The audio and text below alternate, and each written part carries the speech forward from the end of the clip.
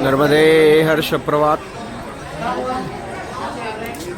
समस्त भक्तगणों को रात्रि 2:30 बजे ही प्रभु आज्ञा से उठकर समस्त भक्तगण तैयार हो अपनी परिक्रमा में आगे बढ़ने के लिए अग्रसर। 4:30 पौने 5 बज चुके हैं लगभग। हम लोग अब यहाँ से प्रस्थान करेंगे समुद्र तट की ओर, जहाँ से हमारी यात्रा मैया जी की गोद में नौका विहार के माध्यम से की जाएगी, जहाँ मध्य संगम दर्शन कर मैया का विधिवत पूजन कर हम लोग मीठी तलाई की ओर प्रस्थान करेंगे। आज हम विमलेश्वर महादेव से प्रस्थान कर रहे हैं और बड़ा ही सुंदरमय दृश्य होने वाला है।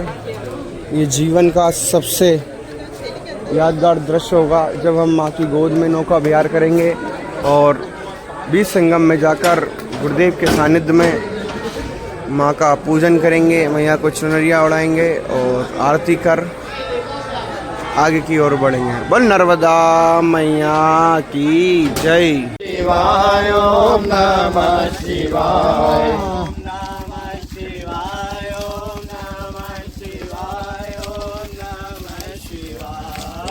नमः शिवाय ओम नमः शिवाय ओम नमः शिवाय।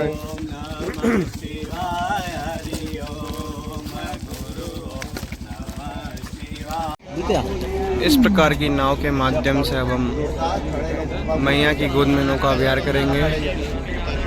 देख सकते हैं प्रातः काल का समय है, लगभग 5:30 बज चुके हैं और एक नौका पूर्ण रूप से कंप्लीट है विहार के लिए।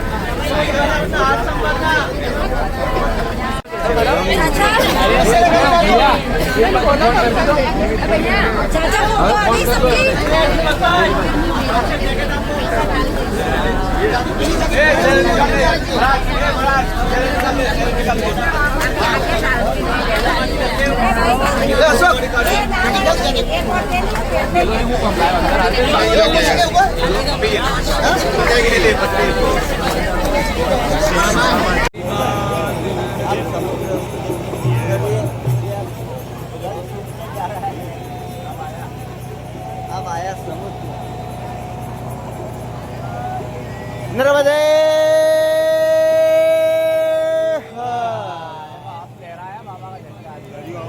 हम समस्त भक्तगण अब समुद्र की लहरों के बीच नौका विहार करते हुए माँ की गोद में प्रवेश कर चुके हैं हम, जहाँ अब हम हमारी नौका के माध्यम से बड़ा ही परम सुंदर दृश्य अपने नेत्रों के अंदर जीवन पर्यंत के लिए बड़ा ही सुंदर में दृश्य कैद करते हुए, और ऐसा आनंद जो माँ की कृपा से हम समस्त भक्तों को मिला है, इतना परम सुंदर में दृश्य आप समस्त देख सकते हैं और इतना आनंद की अनुभूति हो रही है माँ की कृपा से जो जीवन में कभी नहीं हुई। और आगे जाके हम आपको माँ का समुद्र संगम मिलन भी वीडियो के माध्यम से दर्शन कराएंगे।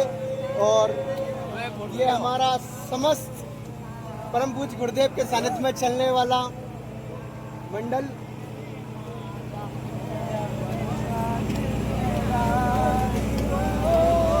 इतना सुंदर दृश्य जहाँ चारों तरफ जली जल और आसमान का सफ़ेद और धराधाम पर जो माँ का जल समुद्र में मिल रहा है, वो भी चारों तरफ सफ़ेद दृश्य कितना ही परम सुंदर है। आप समस्त भक्तों से भी मेरा निवेदन है कि मैया की परिक्रमा प्रयास हो, जिस प्रकार से भी आप करना चाहें एक बार करिए और परमानंद आनंद की अनुभूति कीजिए। बोल नर्मदा मैया की जय।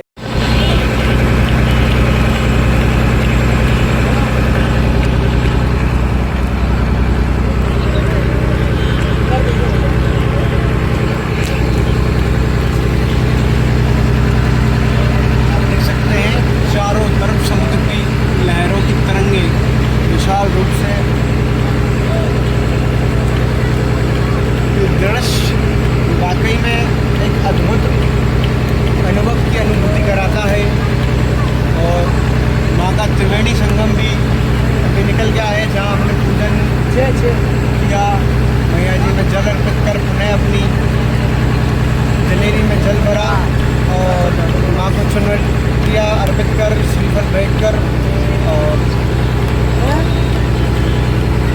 माँ की कृपा से हम लोग अब किनारे से लगभग आधे घंटे की दूरी पर और हैं। आज तो ये बता रहे हैं कि लहरें माँ की कृपा से कम थी।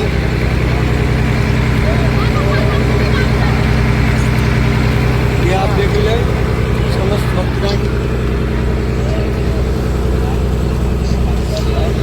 जिनमें जो जोश था नौका विहार का, वो अब धीरे धीरे होकर ठंडा हो चुका है और सब नीचे बैठ गए हैं।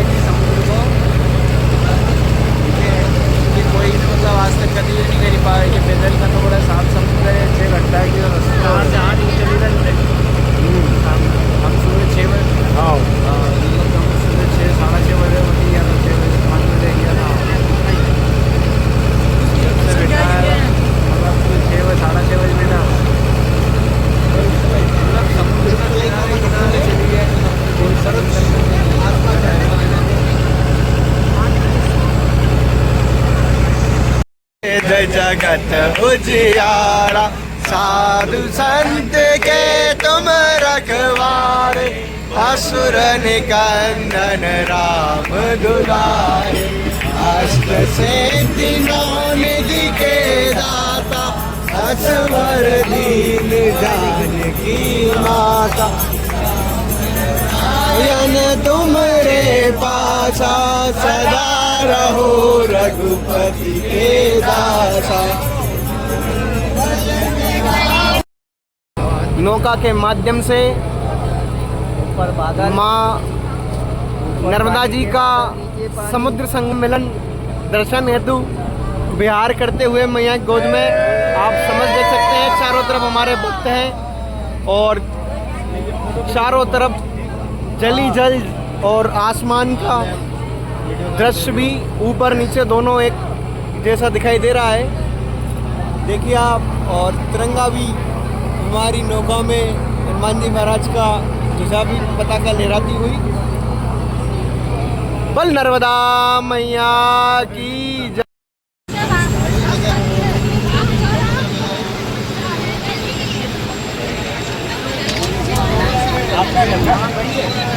आपका साथ दे इसको।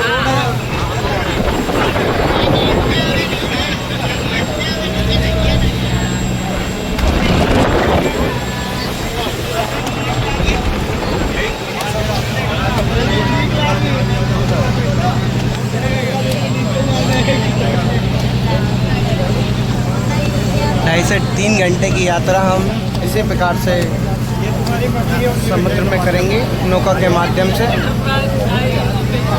बड़ा ही सुंदर में दृश्य होगा है जो हम अपने नेत्रों में जीवन पर्यंत हेतु कैद कर रहे हैं। नर्मदे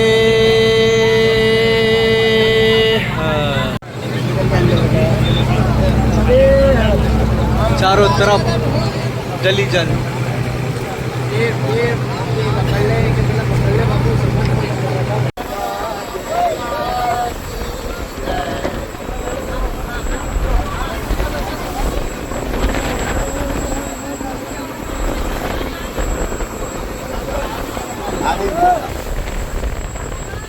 वो पेड़ के भैया ना वो पेड़ के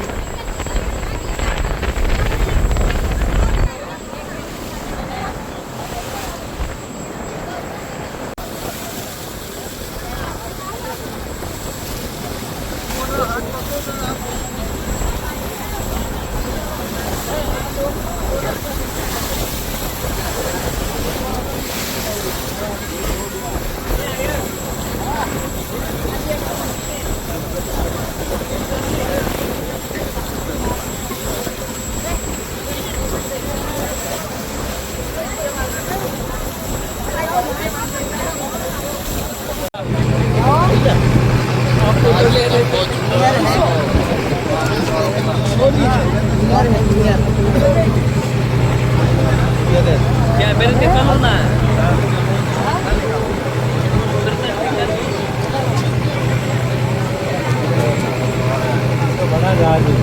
आप नहीं बैठो बस लगे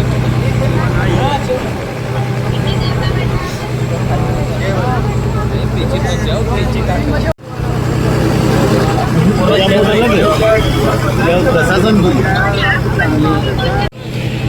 ये आप देख सकते हैं समुद्र, विशाल समुद्र जहाँ से अरब सागर का जाता है और दक्षिण तट से हम उत्तर तट की ओर आ चुके हैं। ये हमारा घाट दिखने लगा है। ये घाट शिप स्टेशन भी है यहाँ पर, जहाँ से बड़े बड़े जहाज एक देश से दूसरे देश की ओर भी प्रस्थान करते हैं। और ये सुंदर में एकदम अद्भुत नज़ारा, बड़ा ही अद्भुत देख सकते हैं आप। ये ग्रीन सिग्नल दिखाई दे रहा है जो समुद्र में किसी प्रकार का संकेत प्रदान करता है।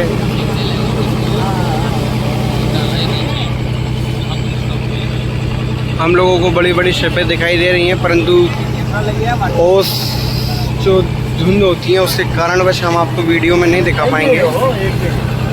ये बिल्डिंग देख सकते हैं आप, ये हम की ओर धीरे धीरे बढ़ते हुए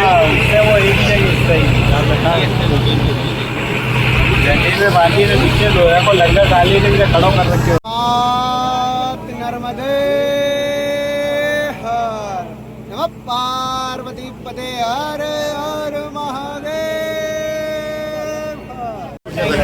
ये हम चंद मिनटों में उत्तर तट पर उतरेंगे और मीठी तलाई जाकर अपना रात्रि विश्राम एवं विधिवत भगवान का अभिषेक पूजन करेंगे।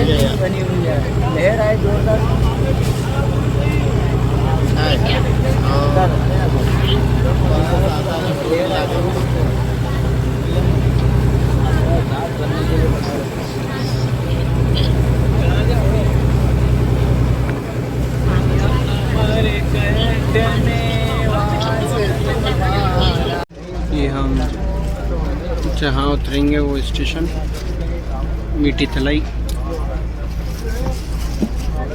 एक नौका लगी हुई है, वो हटते ही फिर हमारी नौका को भी वहाँ लगाया जाएगा और एक एक कर हम सब उतर कर अपने रात्रि विश्राम क्षेत्र में के लिए प्रस्थान करेंगे, जो यहाँ से करीबन 1.5 किलोमीटर है, जिसे मीठी तलाई कहा जाता है।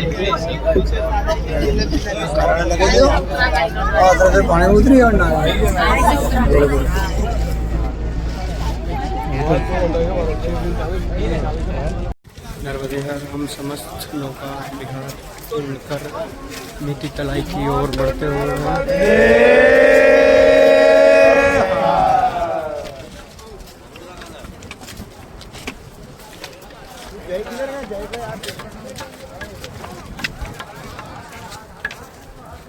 श्रीमात नर्मदे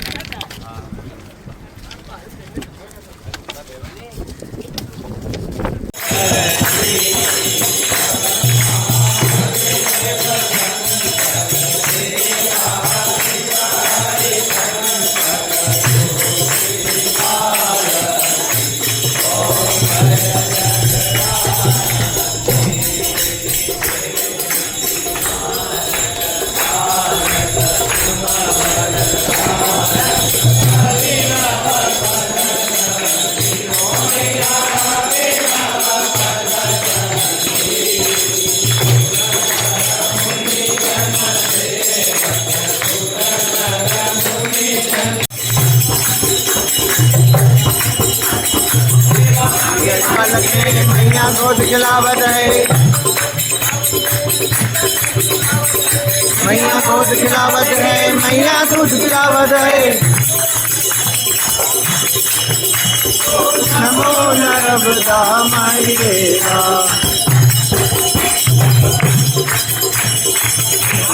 धूमधड़ा का राम भजन का ये जागा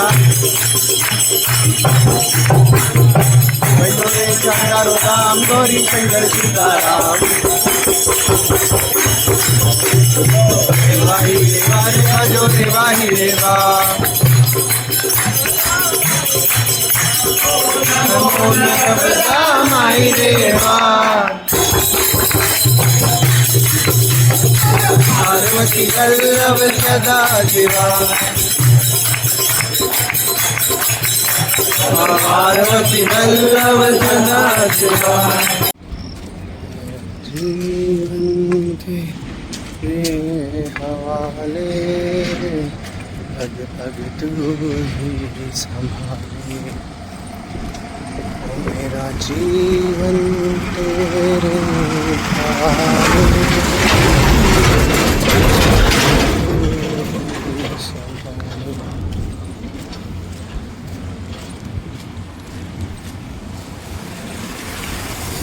हर नमः पार्वती पदे हर हर महादेव शंभो। नर्मदे हर हम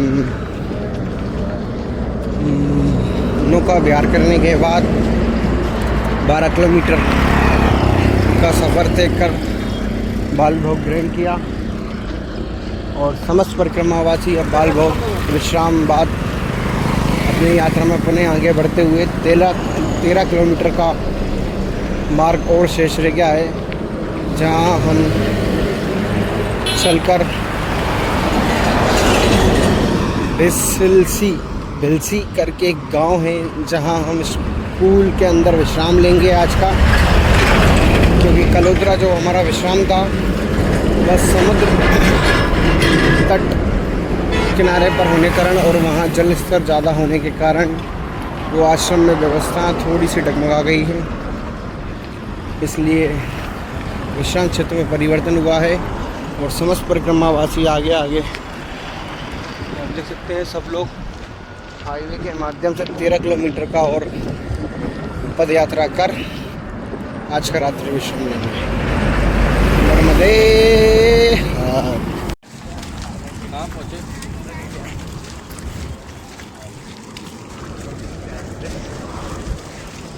पूरा इंडस्ट्रियल एरिया है, वो इंदा काका का फोन लगा के लोकेशन मंगवा लेना तट से लेकर अभी तक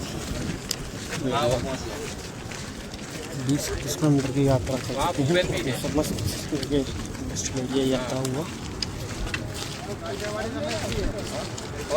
उनको फोन लगा के बोल देना कि रमेश भाई को बोलो लोकेशन पहुंचाए दो, वो पहुंचवा देंगे।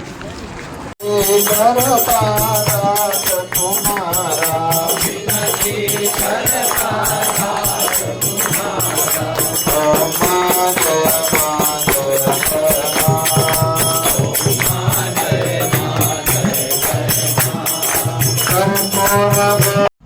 तो भगवान ने कहा कि एक इसका प्रमाण है, ये जो संघ है ना, तुम्हारा यज्ञ यदि सफल हो जाएगा, यदि अपने आप ध्वनि करेगा, तो आप समझ जाना कि आपका यज्ञ सफल हो गया। जैसे परिक्रमावासी जब परिक्रमा करके आते हैं और आते ही वो बाथरूम की तरफ भागे, तो समझ लेना कि उनको जोर से नहाने की इच्छा हो रही है। तो ऐसे भगवान के वहां संघ की पता लगा कि जो पुण्य का जो प्रताप है उसके द्वारा संघ की ध्वनि होगी। तो भगवान श्री कृष्ण ने एक शंख रखवा दिया राष्ट्रीय यज्ञ में, और शंख की और सब पांडवों की निगाह थी। राजस्व यज्ञ संपन्न हुआ, सभी देवताओं भी इधर उधर हुए, स्थान पे अपने चले गए, क्योंकि पूरी कथा तो लंबी है, संक्षेप में श्रवण करवा रहे हैं।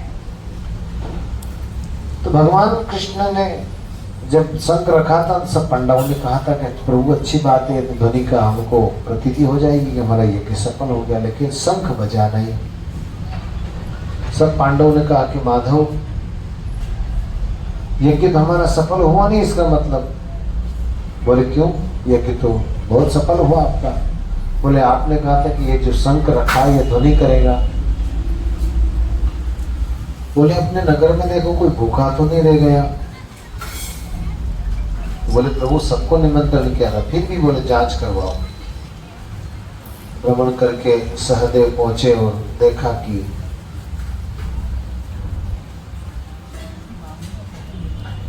वाल्मीकि नाम का, नीचे ले लो यार, सुनिए नीचे ले।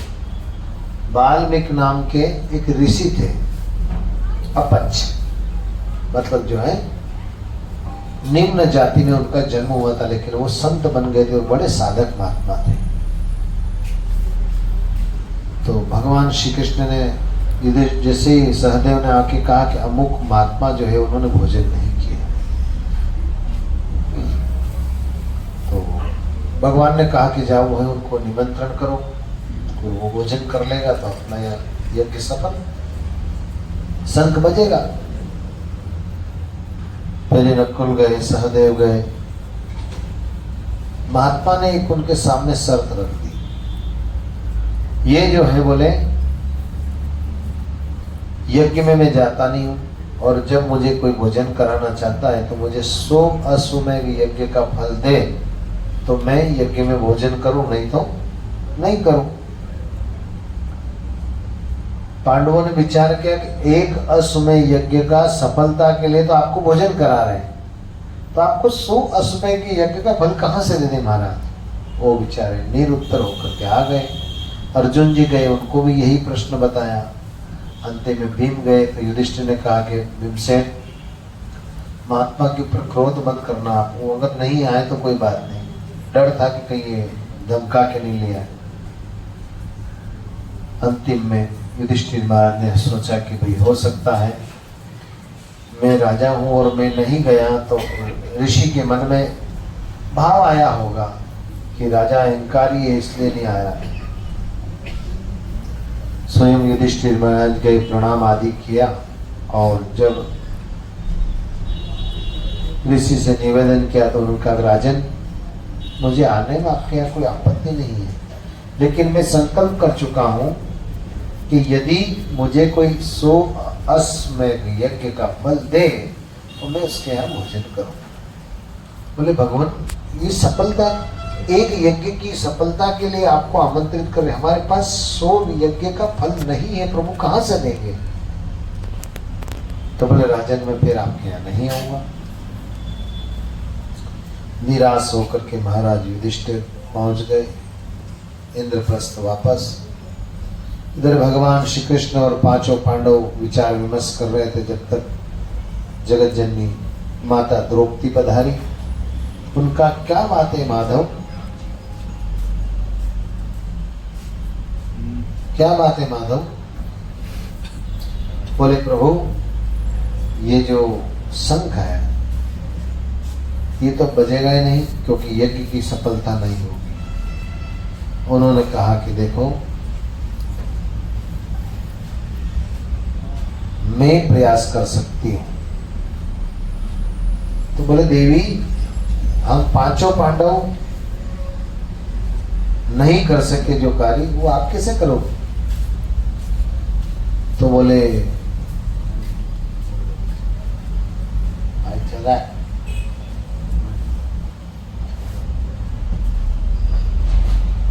पांचों पांडव कैसे करेंगे? तो बोले देवी, उन्होंने कहा प्रभु मेरी बात तो मानो, मेरे को समय दीजिए। गए और जा करके उन्होंने पहुंचे द्रौपदी को। तो राजा ने कहा कि देवी के लिए पालकी तैयार करो। बोले यही आपने भूल की है प्रभु, मुझे न किसी पालकी की जरूरत है, न किसी दासी की जरूरत है। मैं स्वयं संत के आश्रम तक जाऊंगी।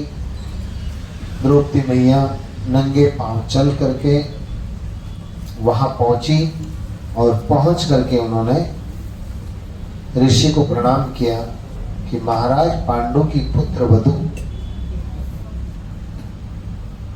आपको प्रणाम करती है। संत ने कहा सौभाग्यवती हो, आशीर्वाद दिया और कहा कि भगवान, मैं जो है अपने पति ने जो यज्ञ किया है उसकी सफलता के लिए आपको भोजन के लिए निमंत्रण करने आई हूँ। उन्होंने कहा कि देखो देवी, मैंने आपके सभी पति देवताओं को एक ही निवेदन किया है कि मुझे 100 यज्ञ का फल देगा तो ही मैं भोजन करूँगा। बोले कोई बात नहीं प्रभु, यदि शास्त्र की जो सहमति है, शास्त्र वाक्य का जो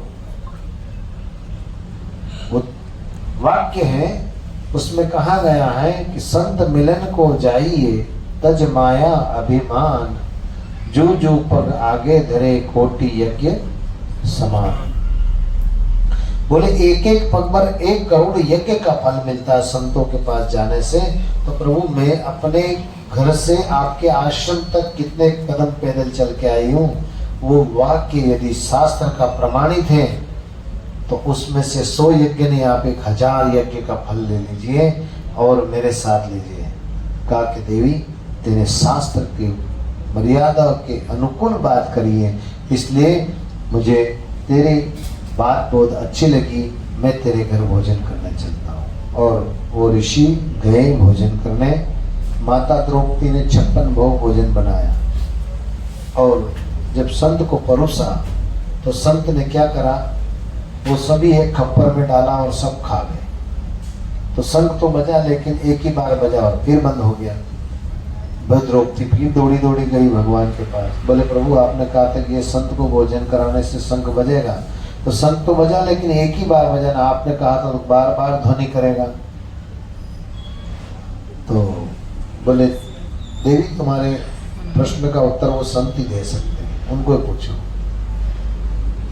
गई निवेदन कहा कि भगवान, मेरे अपराध को क्षमा करना, मैंने अपराध तो किया है, दृष्टता कर रही हूँ कि मेरे यहाँ शंख बजने के लिए भगवान ने कहा था कि बार बार ध्वनि करेगा, लेकिन एक ही बार शंख बजा। बोले देवी, तुमने भोजन बनाते समय कुछ मन में विचार किया? बोले निश्चित प्रभु, मैंने कहा कि शूद्र जाति में पैदा हुआ तो शूद्र जैसा ही रह गया, ऐसे मेरे मन में खूब भाव आ गया था कि सब मैंने 56 भोग बनाए, सब एक ही खप्पर में डाल के खा गए। बोले देवी, मैं इसलिए नहीं खाया था, मेरा नियम है कि मैं 5 ग्रास भोजन करता हूँ मात्र, और तेरे 56 भोग बनाया तो मुझे 56 ग्रास लेने पड़ते तेरे सारे प्रसाद के लिए, इसलिए मैं सब प्रसाद एक जगह मिला दिया। तो कहे तो सभी का स्वाद मैं बता सकता हूँ। बोले नहीं भगवान, मेरे अपराध को क्षमा करें। बोले देवी, फिर सो भोजन बनाओ। फिर द्रौपदी ने भोजन बनाया और भोजन बना के बाद श्रद्धा से परोसा जब, और श्रद्धा से परोसते ही भगवान की ऐसी कृपा हुई, बार बार शंख ध्वनि हुई और शंख ध्वनि को सुन करके पांडवों के मन में बड़ी शांति प्राप्त हुई और यज्ञ सफल हुआ। तो हम कहीं भी किसी संत के पास जाए, कोई भी संत आया हो तो हमारे दर से भूखा न जाए। वो अगर द्रव्य की इच्छा रखता हो तो उस समय जो है आप निवेदन करके क्षमा चाहते हैं। बाकी जो है भोजन की व्यवस्था किसी भी संत की कर दे। आइए 1 मिनट का कीर्तन करते हैं। सब लोग आज थके हुए, कल रात्रि 2 बजे से उठे हैं, तो सत्संग आज इतना ही।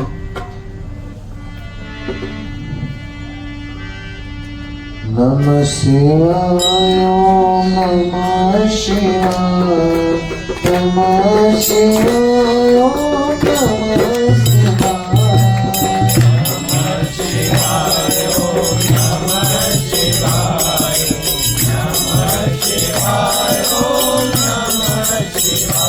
ओम नमः शिवाय, नमः शिवाय, नमः शिवाय, नमः शिवाय।